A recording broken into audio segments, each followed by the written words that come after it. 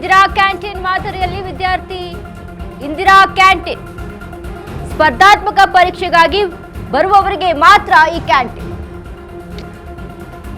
ಧಾರವಾಡದಲ್ಲಿ 4, ಬೆಂಗಳೂರಲ್ಲಿ 2 ವಿದ್ಯಾರ್ಥಿ ಇಂದಿರಾ ಕ್ಯಾಂಟೀನ್. ಉನ್ನತ ವ್ಯಾಸಂಗ ಸ್ಪರ್ಧಾತ್ಮಕ ಪರೀಕ್ಷೆ ಬರೆಯುವವರಿಗೆ ತಿಂಡಿ ಊಟದ ವ್ಯವಸ್ಥೆ.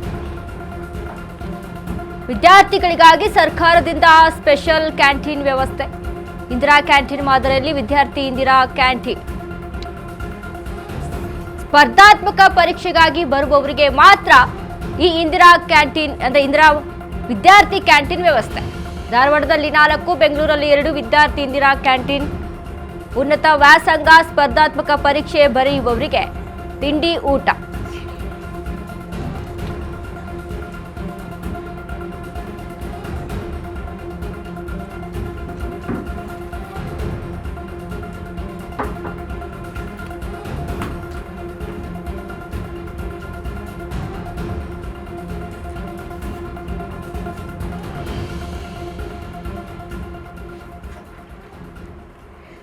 ಇದೀಗ ಇಂದಿರಾ ಕ್ಯಾಂಟೀನ್ ಯಾವ ರೀತಿಯಾಗಿ ರಾಜ್ಯದಲ್ಲಿ ಮುಂದುವರಿತಾ ಇದೆಯೋ ಅದೇ ರೀತಿಯಾಗಿ ವಿದ್ಯಾರ್ಥಿಗಳಿಗೋಸ್ಕರ ಇಂದಿರಾ ವಿದ್ಯಾರ್ಥಿ ಕ್ಯಾಂಟೀನ್ ಅನ್ನುವಂಥದ್ದನ್ನ ಈಗ ಧಾರವಾಡದಲ್ಲಿ 4, ಬೆಂಗಳೂರಲ್ಲಿ 2 ಕ್ಯಾಂಟೀನ್ಗಳನ್ನು ನಿರ್ಮಾಣ ಮಾಡೋದಕ್ಕೆ ವ್ಯವಸ್ಥೆ ಮಾಡಿಕೊಟ್ಟಿದ್ದಾರೆ. ಇನ್ನು ಅಲ್ಲಿ ವ್ಯವಸ್ಥೆ ಮಾಡುವಂಥದ್ದು ಇನ್ನು ಉನ್ನತ ವ್ಯಾಸಂಗಕ್ಕಾಗಿ ಸ್ಪರ್ಧಾತ್ಮಕ ಪರೀಕ್ಷೆಗಾಗಿ ಅಂತ ಯಾರಿರ್ತಾರೋ ಅವರಿಗೆ ತಿಂಡಿ ಊಟದ ವ್ಯವಸ್ಥೆಯನ್ನು ಅಲ್ಲಿ ಮಾಡಿಕೊಡಲಾಗುತ್ತೆ.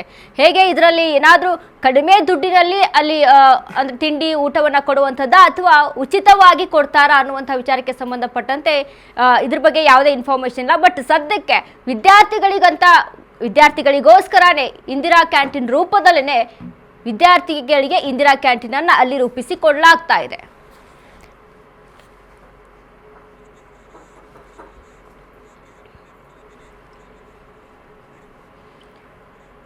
ಈ ಬಗ್ಗೆ ಚರ್ಚೆ ಮಾಡೋದಕ್ಕೆ ಇದೀಗ ನಮ್ಮ ಜೊತೆಗಿದ್ದಾರೆ ಕಾಂಗ್ರೆಸ್ ವಕ್ತಾರರಾದಂಥ ರಘು ದೊಡ್ಡೇರಿ ಅವರು. ಸರ್ ವೆಲ್ಕಮ್ ನಿಮಗೆ. ಇನ್ನು ಅದೇ ರೀತಿಯಾಗಿ ಬಿಜೆಪಿಯಿಂದ ಅಶ್ವಿನಿ ಶಂಕರ್ ಅವರು ನಮ್ಮ ಜೊತೆಗಿದ್ದಾರೆ. ಮೇಡಮ್ ನಿಮಗೂ ವೆಲ್ಕಮ್. ಇನ್ನು JDS ಉಮೇಶ್ ಗೌಡರು ನಮ್ಮ ಜೊತೆಗಿದ್ದಾರೆ. Sir welcome. ಸರ್ ಇದೀಗ ಇಂದಿರಾ ಕ್ಯಾಂಟೀನ್ ವ್ಯವಸ್ಥೆ ಯಾವ ರೀತಿಯಾಗಿದೆ ಇದ್ರ ಬಗ್ಗೆ ನಾನು ಮೊದಲನೇದಾಗಿ ಬಿಜೆಪಿಯಲ್ಲೇ ನಾನು ಪ್ರಶ್ನೆ ಮಾಡ್ತೀನಿ. ಅಂದರೆ ಇಂದಿರಾ ಕ್ಯಾಂಟೀನ್ ವ್ಯವಸ್ಥೆಯ ಕುರಿತಾಗಿ ಅಂದರೆ ಒಂದೇ ಸಮನಾದ ರೀತಿಯಲ್ಲೇ ಇದೀಗ ವಿದ್ಯಾರ್ಥಿಗಳಿಗೋಸ್ಕರ ಇಂದಿರಾ ಕ್ಯಾಂಟೀನ್ ಅನ್ನು ವ್ಯವಸ್ಥೆ ಮಾಡಿರುವಂಥದ್ದು ಸರ್ಕಾರ. ಸೊ ಇದರ ಎಷ್ಟರ ಮಟ್ಟಿಗೆ ವರ್ಕೌಟ್ ಆಗುತ್ತೆ ಅಥವಾ ಎಷ್ಟರ ಮಟ್ಟಿಗೆ ಇದರ ಯೋಜನೆ ಅಲ್ಲಿ ಫಲಿಸುತ್ತೆ ಅಂತ? ಮೇಡಮ್ ನೋಡಿ, ಈ ಬಡ್ಜೆಟ್ ಏನಿದೆ ಇವತ್ತು ಇಂದಿರಾ ಕ್ಯಾಂಟೀನ್ ವಿಷಯನೂ ಸೇರಿದಂತೆ ಎಲ್ಲಾನು ಸಿದ್ದರಾಮಯ್ಯನವರು ಹಗಲಲ್ಲೇ ನಕ್ಷತ್ರಗಳನ್ನು ತೋರಿಸೋವಂಥವ್ರು, ಚಂದ್ರನ ನಕ್ಷತ್ರಗಳನ್ನೆಲ್ಲ ತೋರಿಸೋವಂಥವ್ರು. ಈಗ ಕಳೆದ ಬಾರಿ ಹೋದ ವರ್ಷ ಏನೇನು ಮಾಡಿದ್ದಾರೆ ಅದ್ರ ರಿಪೋರ್ಟ್ ಕಾರ್ಡಲ್ಲಿ ಇವ್ರೇನು ಹೇಳಿದರು, ಶಿಕ್ಷಣಕ್ಕೆ ಹೋದ ವರ್ಷ 37,452 ಕೋಟಿ ಎತ್ತಿಟ್ಟಿದ್ರು. ಅದರಲ್ಲಿ ಅವ್ರು ಬಿಡುಗಡೆ ಮಾಡಿದ ಬರೀ 24 ಕೋಟಿ. ಸಾರಿಗೆನಲ್ಲಿ 4,006 ಕೋಟಿ ಅಂದರು, ಅದು ಬಿಡುಗಡೆನೇ ಆಗಿಲ್ಲ. ಮಹಿಳಾ ಮತ್ತು ಮಕ್ಕಳ ಕಲ್ಯಾಣ 7,500 ಕೋಟಿ ಬಿಡುಗಡೆನೇ ಆಗಿಲ್ಲ. ನಗರಾಭಿವೃದ್ಧಿ 1,311 ಕೋಟಿ ಬಿಡುಗಡೆನೇ ಆಗಿಲ್ಲ. ಪಂಚಾಯತ್ ರಾಜ್ 775 ಕೋಟಿ. ಹೀಗೆ ಹೇಳ್ತಾ ಹೋದರೆ ಮೇಡಮ್ ಬರೀ ಇವರು ಹೇಳಲಿಕ್ಕಷ್ಟೇ ಸೀಮಿತ ಆಗಿರೋವಂಥದ್ದು, ಯಾವುದು ಕಾರ್ಯಗತ ಖಂಡಿತ ಯಾವುದು ಬರೋದಿಲ್ಲ. ಅದಕ್ಕೆ ನಾನು ಹೇಳಿದ್ದು ಆಕಾಶದಲ್ಲಿ ಹಗಲಲ್ಲಿ ನಕ್ಷತ್ರಗಳನ್ನು ತೋರಿಸೋವಂಥ ಒಂದಿದು. ಆಮೇಲೆ ಈ ಬಡ್ಜೆಟ್ ಏನಿದೆಯಲ್ಲ, ಸಿದ್ದರಾಮಯ್ಯನವರು ಇವತ್ತು 17ನೇ ಬಾರಿ ಬಡ್ಜೆಟ್ ಮಂಡಿಸ್ತಾ ಇರೋವಂಥವ್ರು.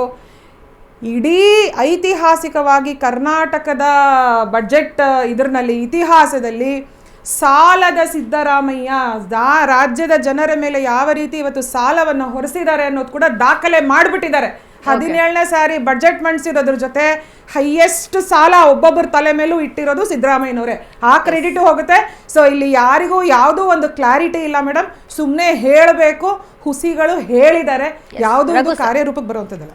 ಸರ್, ಇಂದಿರಾ ಕ್ಯಾಂಟೀನ್ ವ್ಯವಸ್ಥೆ ಕರ್ನಾಟಕದಲ್ಲಿ ಎಷ್ಟು ಇಂದಿರಾ ಕ್ಯಾಂಟೀನ್ ಸದ್ಯಕ್ಕೆ ಚಾಲ್ತಿಯಲ್ಲಿದ್ದಾವೆ ಅನ್ನುವಂಥ ವಿಚಾರಕ್ಕೆ ಮೊದಲು ನಾವು ಗಮನಿಸಿದ್ರೆ 1 ಸೆಕೆಂಡ್ ಸರ್ ಅಲ್ಲ ನೋಡಿದ್ರೆ, ಬಟ್ ಇದು ಒಂದು ಯೋಜನೆ ಅಂದ್ರೆ ಅದರ ಇಂಪ್ರೂವ್ಮೆಂಟ್ಸೇ ಅಲ್ಲಿ ನೆಲೆಗುದಿಗೆ ಬಿದ್ದಿದೆ. ಮತ್ತೊಂದು ಓಕೆ, ವಿದ್ಯಾರ್ಥಿಗಳಿಗೋಸ್ಕರ ಮಾಡೋದು ಒಳ್ಳೇದೇ, ಬಟ್ ಇದರ ಇಂಪ್ರೂವ್ಮೆಂಟ್ ಎಷ್ಟು ಮಟ್ಟಿಗೆ ಆಗುತ್ತೆ ಅಂತ ಅನಿತಾ, ಆಕ್ಚುಲಿ ಇವತ್ತು ನಿಜವಾಗ್ಲೂ ನಾವು ಚರ್ಚೆ ಮಾಡಬೇಕಾಗಿರೋದು ಬೇರೆ ವಿಚಾರ ಇದೆ. ಏನು ನಮ್ಮ ಎಕನಾಮಿಕ್ ಬಜೆಟ್ ಇದೆ ಇವತ್ತು ಡೆವಲಪ್ಮೆಂಟ್ ಓರಿಯೆಂಟೆಡ್ ರಾಜ್ಯವನ್ನು ಅಭಿವೃದ್ಧಿ ಪಥದಲ್ಲಿ ಅಂದ್ರೆ ಆಲ್ರೆಡಿ ಬಜೆಟ್ ಅಲ್ಲೇ ಘೋಷಣೆ ಆಗಿದೆ. ಅದೇ ಹೇಳ್ತಾರೆ, ನಮ್ ಕಮಿಂಗ್ ಟು ದಟ್ ಪಾಯಿಂಟ್. ರಾಜ್ಯವನ್ನು ಆಲ್ರೆಡಿ ನಾವೇನು ಡೆವಲಪ್ಡ್ ಸ್ಟೇಟ್ ಅಂತ ಇದೆ, Karnataka number 1 in GSDP, number 1 in per capital income and second number 2 in GST collection ಅಲ್ಲಿ. ಇಷ್ಟೆಲ್ಲ ಆದ್ರೂ ನಮ್ಮ ಬಿಜೆಪಿ ಅವರು ಹೇಳ್ತಾರೆ ಅಂದ್ರೆ ಇಡೀ ದೇಶಕ್ಕೆ 7 ಲಕ್ಷ ಕೋಟಿ ದುಡ್ಡು ಟ್ಯಾಕ್ಸ್ ಕಟ್ತಿದ್ದೀವಿ. ದೇಶದಲ್ಲೇ number 1 GST, number 2 GST collection, number 1 GSDP, number 1 ಇನ್ ಪರ್ ಕ್ಯಾಪಿಟಲ್ ಇನ್ಕಮ್.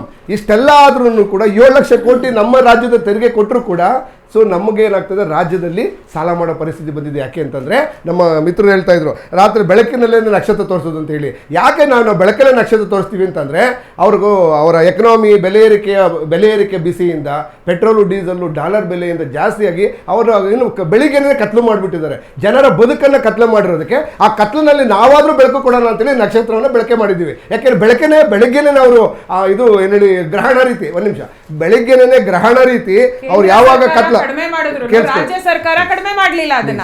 ಮತ್ತೆ ಇವತ್ತು 4ನೇ ಸ್ಥಾನಕ್ಕೆ ಕುಸಿದಿರೋಂಥದ್ದು GSDP ನಲ್ಲಿ. ಇನ್ನ ಇವರು ನಾವು ಬಿಟ್ಟಾಗ ಸೆಕೆಂಡ್ ಪ್ಲೇಸ್ ಅಲ್ಲಿ ಇದ್ದಿದ್ದು ಇವತ್ತು 4ನೇ ಸ್ಥಾನಕ್ಕೆ ಕುಸಿದಿರೋಂಥದ್ದು. 3 ವರ್ಷಗಳಿಂದ ನೋಡಿ ಬಂದಿಲ್ಲ. ರಾಜ್ಯದ ಜನತೆ ಮುಂದೆ ಸತ್ಯವನ್ನು ತಿಳಿಸಕ್ ಬಂದಿದ್ದೇನೆ.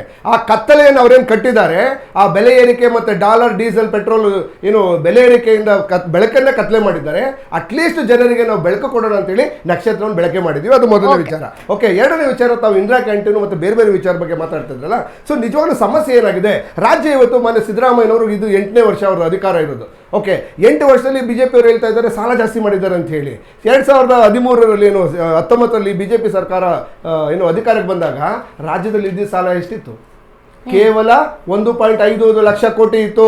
1.55 ಲಕ್ಷ ಕೋಟಿ ಇದ್ದಿದ್ದನ್ನ 5.8 ರಫ್ಲಿ ಅರೌಂಡ್ ಒಂದು 6 ಲಕ್ಷ ಕೋಟಿ ತೆಗೆದುಕೊಂಡಿದ್ದಾರೋ ಇದೇ ಬಿಜೆಪಿ 4 ವರ್ಷದಲ್ಲಿ ರಫ್ಲಿ ಅರೌಂಡ್ ಒಂದು 3.5 ಲಕ್ಷ 4 ಲಕ್ಷ ಕೋಟಿ ಸಾಲವನ್ನು ಮಾಡಿದ್ರು ಅಂತಂದ್ರೆ ಈಗೇನಾಗ್ತಾ ಇದೆ, ಕೇಂದ್ರ ಸರ್ಕಾರ ಪೂರ್ತಿ ಬರ್ತಕ್ಕಂಥ ರಾಜ್ಯದಲ್ಲಿರ್ತಕ್ಕಂಥ ಎಲ್ಲಾ ಸಂಪನ್ಮೂಲ ಕೊಳ್ಳೆ ಹೊಡ್ಕೊಂಡೋದ್ರೆ ರಾಜ್ಯಗಳು ಇದನ್ನಾದ್ರೂ ನಡೆಸೋದು ಹೇಗೆ? ಸೊ ಒಂದ್ ಕಡೆ ನಮ್ಗೆ ಗ್ರಾಂಟ್ ಕೊಡ್ತಾ ಇಲ್ಲ, ಇನ್ನೊಂದು ಕಡೆ ನಮ್ಮ ರಾಜ್ಯದಲ್ಲಿ ಜನರೇಟ್ ಆಗ್ತಕ್ಕಂಥ 7 ಲಕ್ಷ ಕೋಟಿನೂ ಕೊಳ್ಳೆ ಹೊಡ್ಕೊಂಡು ಹೋಗ್ತಾ ಇದ್ದಾರೆ. ಅಷ್ಟೆಲ್ಲ ಮಾಡಿದಾಗ ರಾಜ್ಯಗಳು ಬದುಕೋದಕ್ಕೆ. ಈಗ ನಮ್ಮನೆ ನಾನು ಒಬ್ಬ ಮಗ ಇದ್ದೀನಿ, ನಾನು ದುಡ್ದಿದ್ದೆಲ್ಲ ತಗೊಂಡು ನಮ್ಮ ತಂದೆ ಕೊಟ್ಬಿಟ್ಟು ನಂಗೆ 10 ರೂಪಾಯಿ ಕೊಟ್ಟರೆ ನನ್ನ ಸಂಸಾರ ಹೆಂಗೆ ನಡೆಸಲಿ? ಆ ಥರ ಪರಿಸ್ಥಿತಿ ಬಂದಿದೆ. ಕೇಂದ್ರ ಸರ್ಕಾರ ಎಲ್ಲ ಕೊಳ್ಳೆ ಹೊಡ್ಕೊಂಡು ಹೋಗ್ಬಿಟ್ಟು ಇದು ಮಾಡಿದ್ದಾರೆ. ಈಗ ಇಂದಿರಾ ಕ್ಯಾಂಟೀನ್ ಬಗ್ಗೆ ಮಾತಾಡ್ತಾ ಇದ್ದೀರಿ. ಇವರು ಬಿಜೆಪಿ ಅವರು ಅವ್ರು ಏನು ಹೇಳ್ತಾ ಇದ್ದಾರೆ ಸರ್, ರಾಜ್ಯದಲ್ಲಿ ಸಿದ್ದರಾಮಯ್ಯ ಅವರು ಘೋಷಣೆ ಮಾಡ್ತಾರೆ 4,09,000 ಕಳೆದ ಬಾರಿಯ ಬಜೆಟ್ ಹೇಳ್ತಾ ಇರೋದು ನಾನು. ಬಟ್ ಅದರಲ್ಲಿ ಅನುದಾನ ಎಷ್ಟು ಕೊಟ್ಟಿದ್ದಾರೆ, ಎಷ್ಟು ಉಳಿದಿದೆ, ಮಿಕ್ಕಿರೋ ಹಣ ಎಲ್ಲಿ ಹೋಯ್ತು, ಇದ್ರ ವಿಚಾರಕ್ಕೆ ಸಂಬಂಧಪಟ್ಟಂತೆ ಇಲ್ಲಿ ಕೇಂದ್ರ ಇಂಟರ್ಫಿಯರ್ ಹೇಗಾಗುತ್ತೆ ಅಂತ ನೋಡಿ. ನಮ್ಮ ಕಳೆದ ವರ್ಷ 4,09,000